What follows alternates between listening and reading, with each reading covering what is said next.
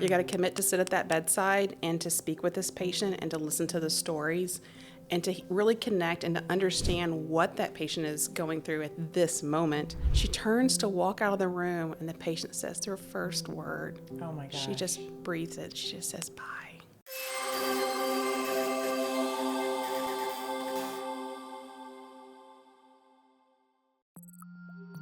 Produced by Podcast Architects.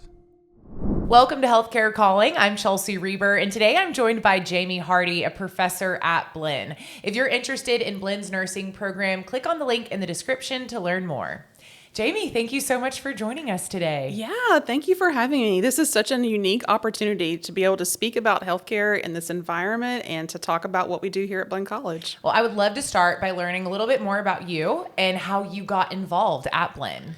So, funny story. When I was in nursing, I was trying to find out a way to balance the family life continuum and what we were supposed to do with having a new baby. And then my husband was on a 24, 48-hour schedule, and I really wanted to teach. I wanted to pass on what I had learned. I enjoyed it so much. So I literally went to the yellow pages. That's how old I am. I went to the yellow pages and looked up how to get involved at Blinn College, and they had employment opportunities available.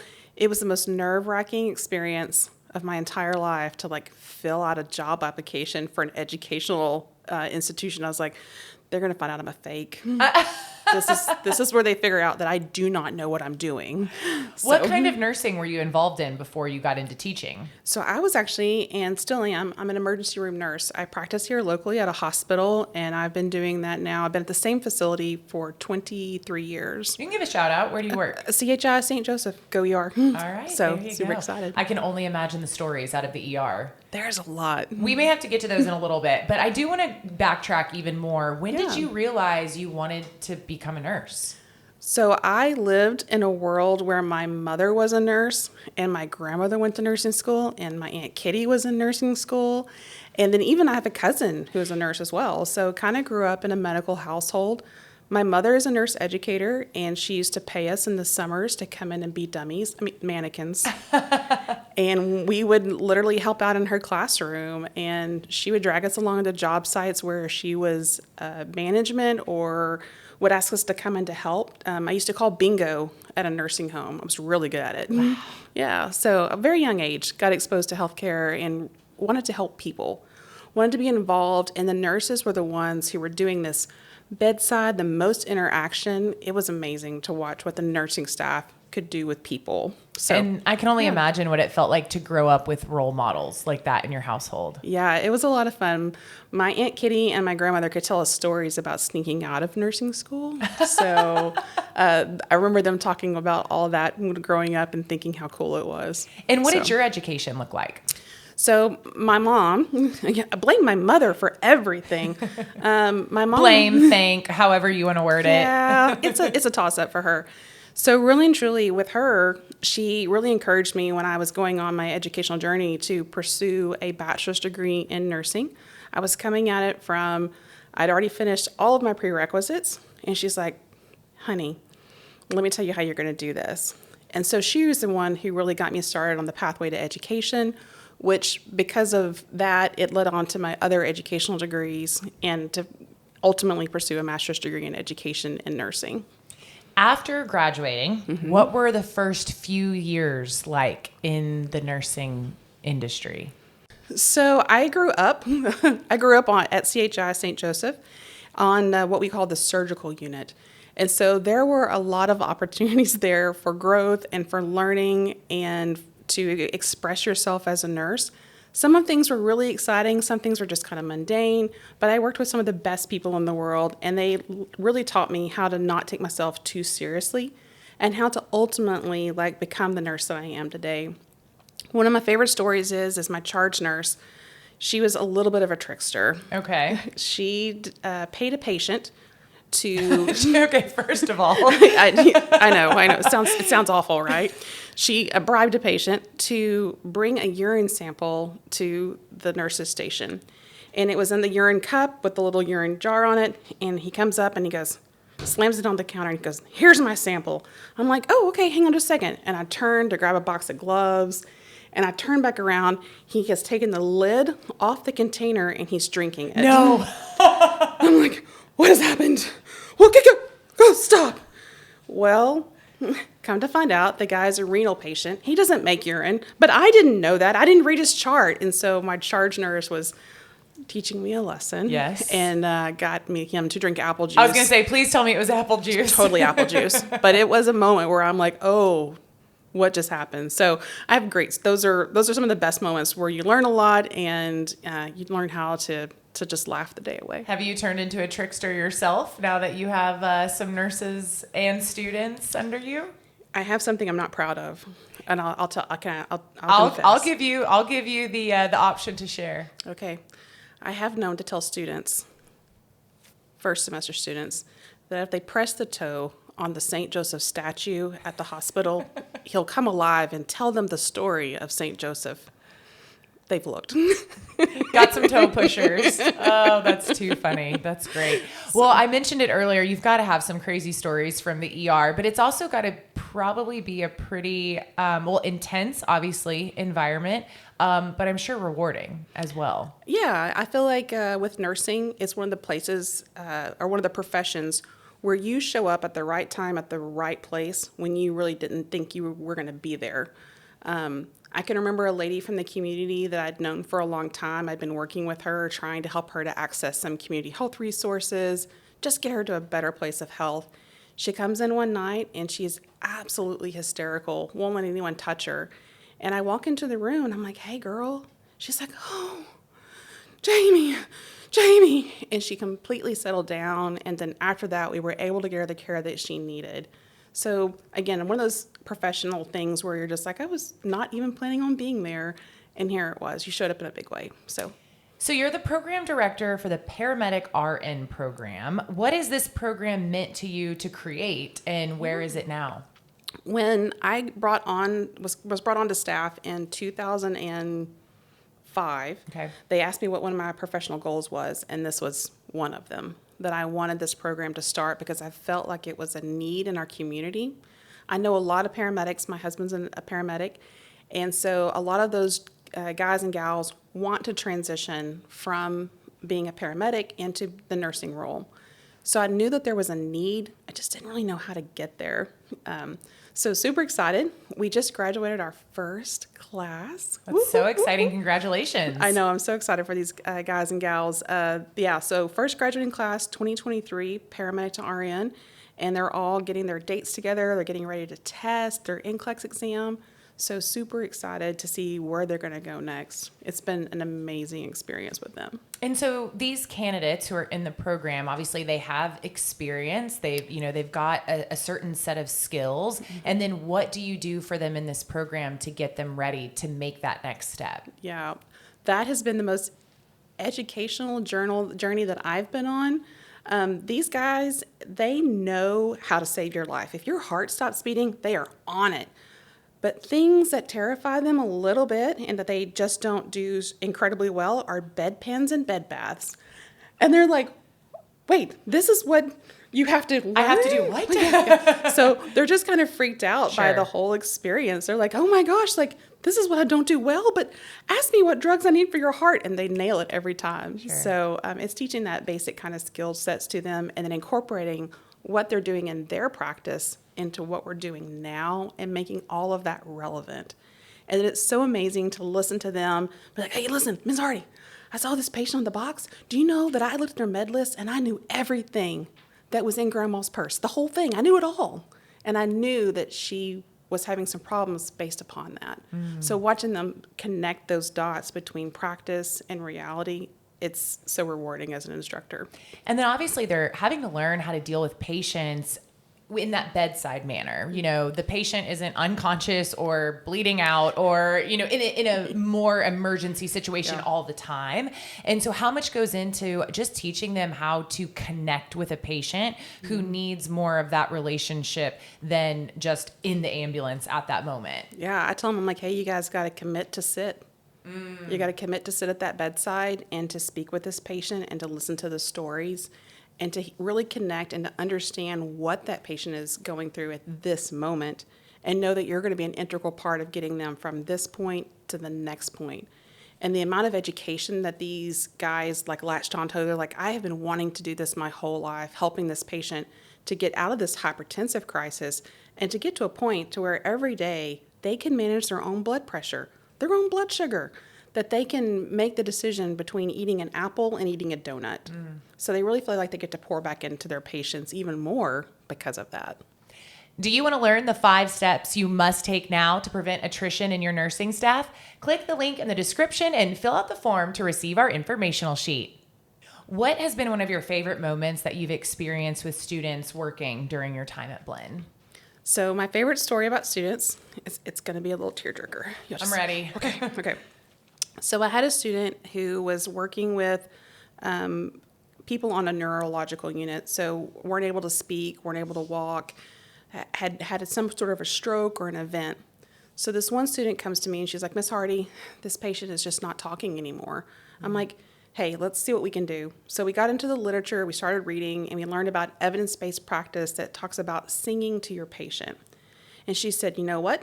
I'm going to try it. And I'm like, you do that. She goes, no, I can't sing. I was like, I don't think it matters. Yeah. So it was real close to Christmas time, and so she took the opportunity to be jolly, and every time she went to that patient's room, she sang a Christmas carol. She just picked one and sang it. And she didn't think it was making a whole lot of difference, but she did it anyway. So during the bed bath, the PT, when she was feeding the patient, she sang. On the last day she cared for this patient, she goes back to the bedside to tell the daughter and the family, hey, thank you so much for letting me care for you. This has been an amazing experience. My rotation's over. Thank you so much. She turns to walk out of the room, and the patient says their first word. Oh, my gosh. She just breathes it. She just says, bye. Wow. Yeah. That's incredible. I love that story. Yeah, it's a great story. And it also goes to show you can never stop learning. That's kind of a big theme we've heard in a bunch of the episodes here on Healthcare Calling is, always be open to learning something new, even when you think you know it all, because you're never going to know it all. No, I learned something today. So again, you never stop learning for sure. Yeah, definitely. Have there been any moments with your students that you just couldn't help but laugh at the situation? I can already tell. I mean, we talked about toe pushing statues earlier, but yeah, anything specific that really comes to mind that's a humorous story? I had a student one time that walked down the hallway. Patient had pressed the call bell button. We had been prepping this patient in an attempt to do the ultimate clean out of the bowels. Gotcha. And so we had packed in there a lot of things, and it just wasn't happening. We had been to the bathroom several times. It wasn't happening. So finally, we're like, we're going to give you some time alone, and if you need us, here's your call bell button. Call us for safety. So the patient's call bell button goes off. We're like, all right, this is the moment. This is it. This is it. We're going to get our results. And the student walks down to the room. She opens the door, and then the door comes back very slowly and closes in her face. And she turns to me and she says, we're going to need a bigger mop. Oh. And we definitely needed a bigger mop. Yeah. I can't imagine the other stories that you have. Oh man, that's wild. Why do you love nursing? I mean, I can tell you have a passion for it, not just for nursing, but for teaching.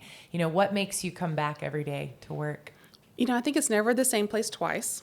And then I think you see those progressions. You see those patients who are getting better and who are moving on a different level of healthcare continuum. And you're like, hey, what we did made a difference. So let's go with that. And let's make this a positive day. And then sometimes I feel like when I go to the hospital now as an instructor, as an employee, I have a kind of a different role with, taking care of patients and doing that stuff. But when I go there as an instructor, I sometimes feel like people just come to me. They're like, Miss Hardy, how are you doing? I'm like, oh, I'm doing great, babe. How are you? And then the next thing I know, we get into this conversation and really connecting even with the nursing staff that have either been in our program or that I've worked alongside. And it's that connection and how it just goes and ripples out to all the other people. So I really love the connection point of being that person that they can talk to. What makes the students in this program unique? Man, there's some hardworking people. A lot of our students continue to have full-time jobs or part-time jobs because in this economy, we have to.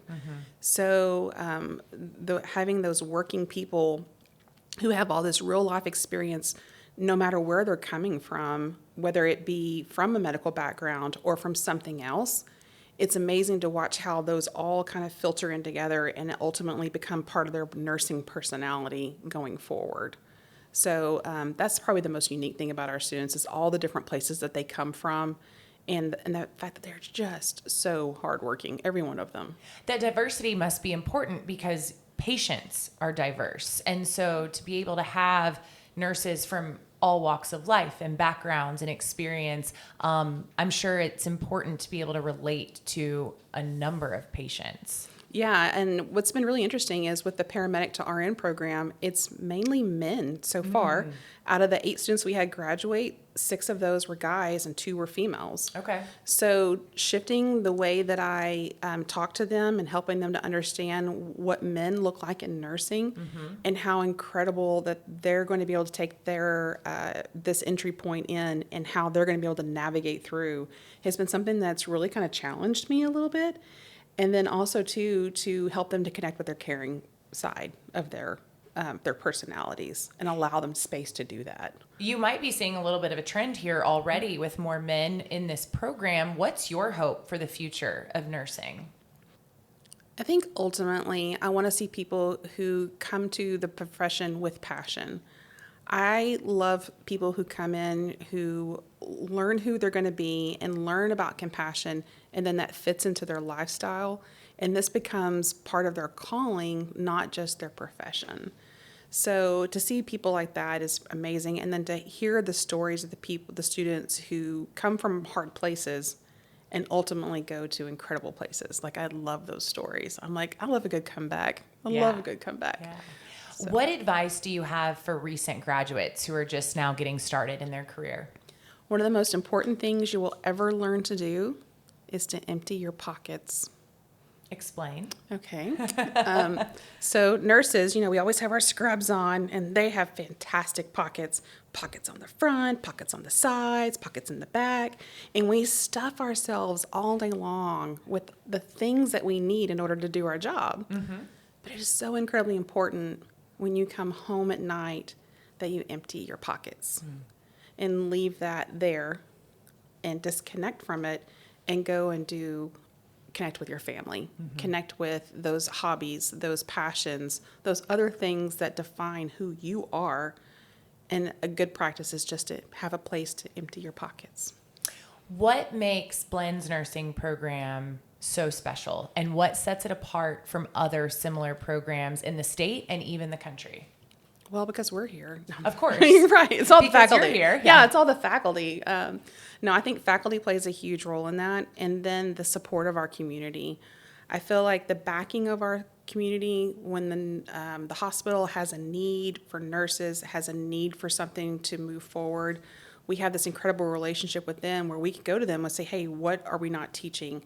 And then they're like, oh, well, can y'all do this? And we're like, yeah. And then we're like, what can we? And then sometimes we go to them and say, hey, we have a need for this. And they're like, hey, we have that education program. Let's do that. So that corporation attitude that we have, and then the incredible support that the students get upon graduation, because so many of our students return to this area and stay right here and continue to practice their profession here. So it's pretty amazing. I want to ask, because you started that program, the Paramedic to RN, and that's because you saw a need. Do you see anything right now that could potentially be a new program or a new branch of Blinn's nursing program? I think one of my greatest desires is to have the students that we have here get in and stay connected, and to go on to all 100% be from the time that you enter the program until you leave to be 100% successful, and that we don't lose anyone along the way. Sometimes that takes our thinking has to shift. So for instance, with this Paramedic to RN program, one of the things that we instituted, you're only here 2 days a week. So it was a big thing that we're like, we have to do it this way.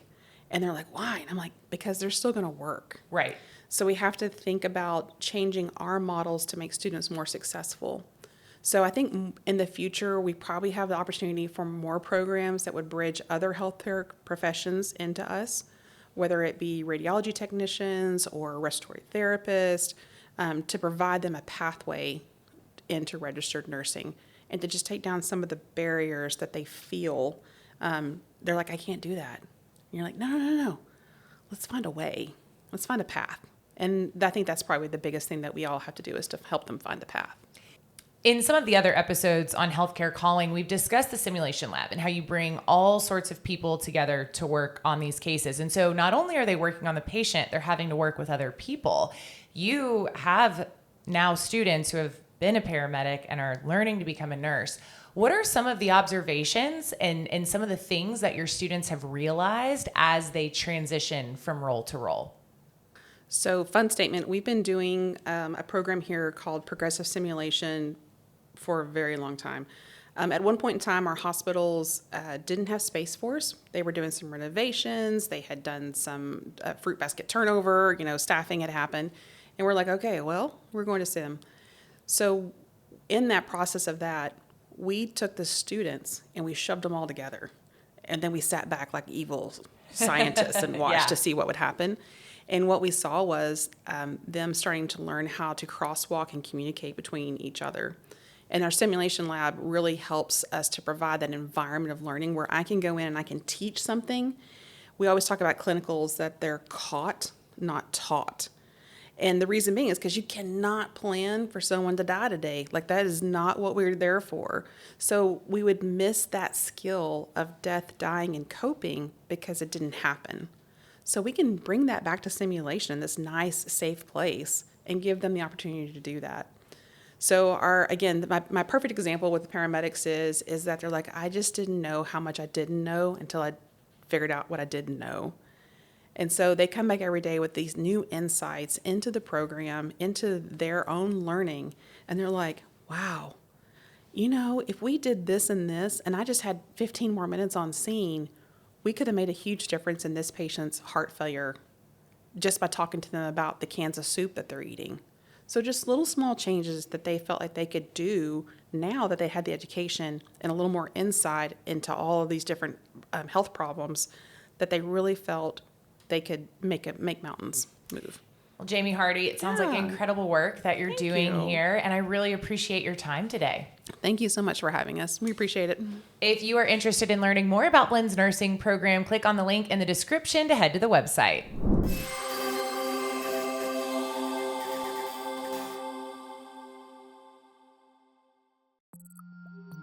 Produced by Podcast Architects.